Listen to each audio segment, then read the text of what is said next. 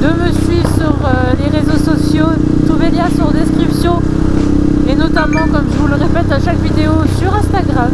Puisque toutes mes news, tout ce que je peux faire au quotidien, les événements auxquels je me rends, je vous partage vraiment tout sur Instagram. Mais également, je fais constamment des shootings photos pour Instagram. Et surtout la team, restez bien jusqu'à la fin de la vidéo. Là vraiment j'insiste sur ce point, restez bien jusqu'à la fin de la vidéo. Parce que une annonce se cache dans cette annonce. Si vraiment vous n'écoutez pas tout à fond, vous allez passer à côté des infos les plus importantes, on va dire. Donc comme je disais, aujourd'hui je suis là pour vous faire une annonce, vous expliquer pas mal de choses. Donc vous parlez de la dirt bike, de la YCF, de la Biggie.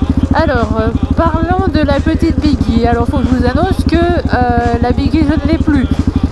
Pour certains, vous savez parfaitement, vous avez suivi les vidéos et tout. J'étais donc en partenariat avec YCF. Et là-dessus, c'est bien aussi que je puisse vous en reparler parce que j'avais remarqué qu'il y a certaines personnes qui avaient vraiment pas compris que j'étais en partenariat avec YCF et qui pensaient que la Biggie m'appartenait et que je l'avais acheté. Et c'est pour ça que quand je disais que je voulais acheter un cross, un enduro, que j'avais pas les moyens, on me disait souvent bah t'as qu'à revendre la Biggie. Et je disais en moi-même non mais il y a un truc, ils ont pas d'utilité parce que je peux pas revendre la Biggie quoi. J'étais en contrat YCF, je l'avais en prêt cette moto. Il y a bien un moment donné où tu vois, soit je l'aurais rendu pour avoir un modèle plus récent, soit je l'aurais rendu pour la rendre définitivement et puis c'est tout quoi. Donc voilà, maintenant moi c'est clair, limpide et il n'y aura plus de malentendu là-dessus.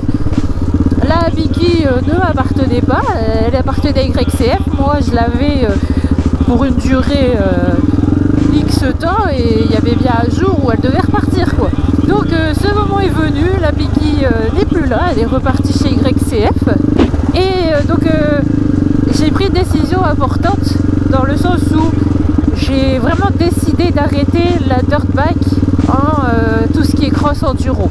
Alors, je m'explique, c'est un secret pour personne. Moi, depuis toujours, mon projet, mon rêve, ça n'a jamais été de passer mon temps à faire du cross de l'enduro en dirt bike, tu vois.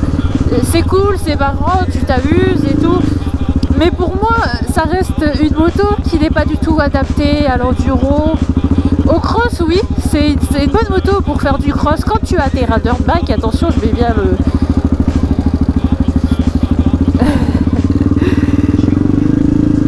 je mets bien le point là-dessus. C'est une bonne moto pour faire du cross, uniquement quand tu as un terrain de cross adapté à la dirt bike en fait. Chose que je n'ai absolument pas aux alentours de chez moi. Il faut faire vraiment un long trajet pour arriver au premier terrain de dirt bike. Et autant dire que c'est plus que relou, tu vois. C'est quelqu'un qui veut s'entraîner tout le temps et qui veut faire du terrain cross et qui doit aller à Pétaouchnok pour avoir un terrain cross, c'est relou. Surtout que à savoir que j'ai un terrain cross à 15 minutes. À 15 putains de minutes, j'ai un magnifique terrain cross et c'est impossible pour moi d'aller en dirt bike là-bas. J'ai déjà demandé, on a essayé de négocier, là non, ils veulent pas, c'est tout, c'est mort. Même si c'est une Biggie, qu'elle est plus haute, qu'elle a des roues un petit peu plus grosses qu'une dirt bike standard, même, ils veulent pas. Pour eux, ça reste des motos trop dangereuses sur un terrain de cross. Ça reste des motos trop fragiles. Ils m'ont dit, c'est des motos qui peuvent se casser facilement. Ça reste beaucoup trop dangereux, donc ils ne veulent pas. Et voilà, la réalité là, c'est que j'adore la dirt. Mais pour le cross, il faut un terrain de cross absolument adapté à la dirt. Ça, je ne l'ai pas. Ensuite, l'enduro. Donc en enduro, j'ai une seule forêt accessible sans devoir passer par des routes. Donc en passant par des chemins, j'ai une forêt totalement accessible, celle où vous m'avez toujours vu rouler. Sauf que, bon, cette forêt elle est petite hein, quand même, j'ai déjà fait 100 fois le tour, je la connais par cœur.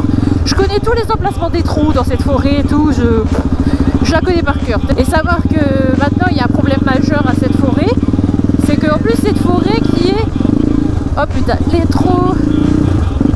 À savoir que c'est une forêt qui est un quart française et 3/4 belge.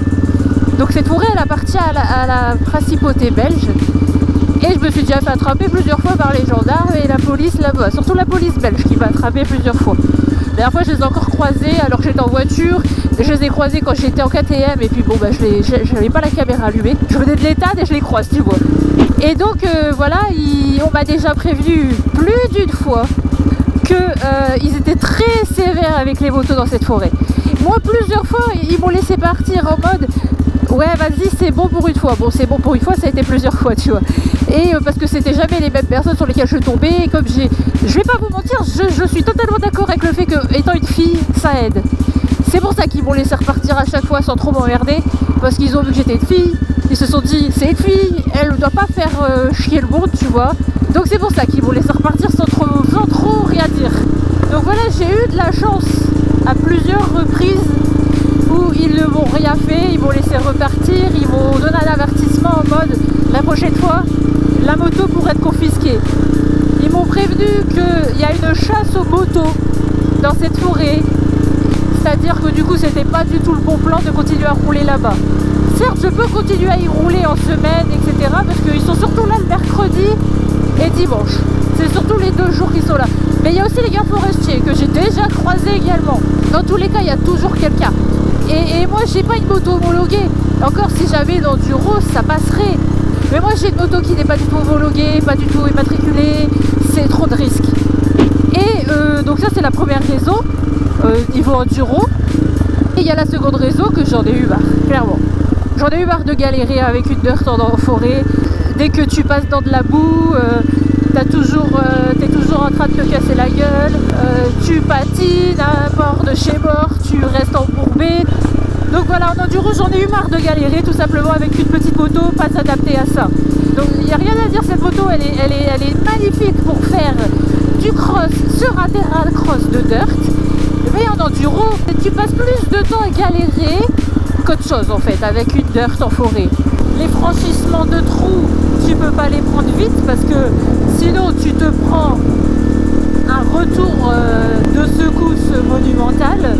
T'as un risque de niquer ta moto. Les franchir des gros obstacles, des troncs d'arbres, machin et tout de suite ça devient un peu plus compliqué. Il y a tout qui devient plus compliqué en dirt en forêt.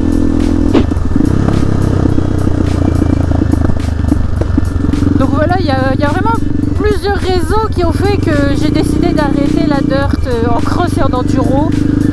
J'ai déjà fait plusieurs années de dirt en forêt, etc. Au bout d'un moment, t'en as marre, t'as envie de passer à autre chose en fait. Et moi, depuis le début de ma chaîne, le but, mon rêve, mon objectif, ça n'a jamais été de passer mon temps à faire du cross et de l'enduro en dirt.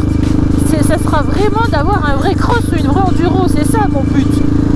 Donc voilà, j'ai vraiment décidé d'arrêter la dirt en cross et enduro. Mais voilà, il y a un gros mais, c'est pour ça qu'au début de la vidéo, je vous disais de bien rester jusqu'à la fin, qu'il y avait en gros une annonce dans une annonce, car j'arrête la dirt en cross et en enduro, mais ça ne veut pas dire que j'arrête la dirt définitivement. Tout ce que je peux vous dire, c'est que la dirt peut être utilisée pour autre chose. Voilà, c'est tout ce que je peux vous dire. Donc voilà, moi tout ce que j'ai à vous conseiller, c'est de rester attentif à ce qui arrivera bientôt. Voilà, c'est tout. Du coup, la team, je vous remercie d'avoir regardé cette vidéo. Surtout, je tiens juste à vous faire une parenthèse. Ceux qui aimaient la dirt sur ma chaîne, ceux qui étaient heureux de me voir rouler en dirt et tout, pas de panique. C'est ce que j'ai à vous dire, pas de panique. C'est une page qui se tourne, mais c'est pour en ouvrir des meilleurs. Vous doutez bien que si j'arrête une chose, c'est pour faire de nouveaux projets. Donc, pas de panique. Donc voilà, je vous remercie d'avoir regardé cette vidéo. Surtout, n'oubliez pas de me suivre sur mes réseaux sociaux pour être au courant de tout ce que je fais, des événements auxquels je me rends. Et également parce que je vous donne beaucoup d'infos en avant-première sur mes projets, mais aussi toutes les photos que je vous partage, etc. au quotidien. Moi, je vous donne rendez-vous dans une prochaine vidéo. Allez, bye bye!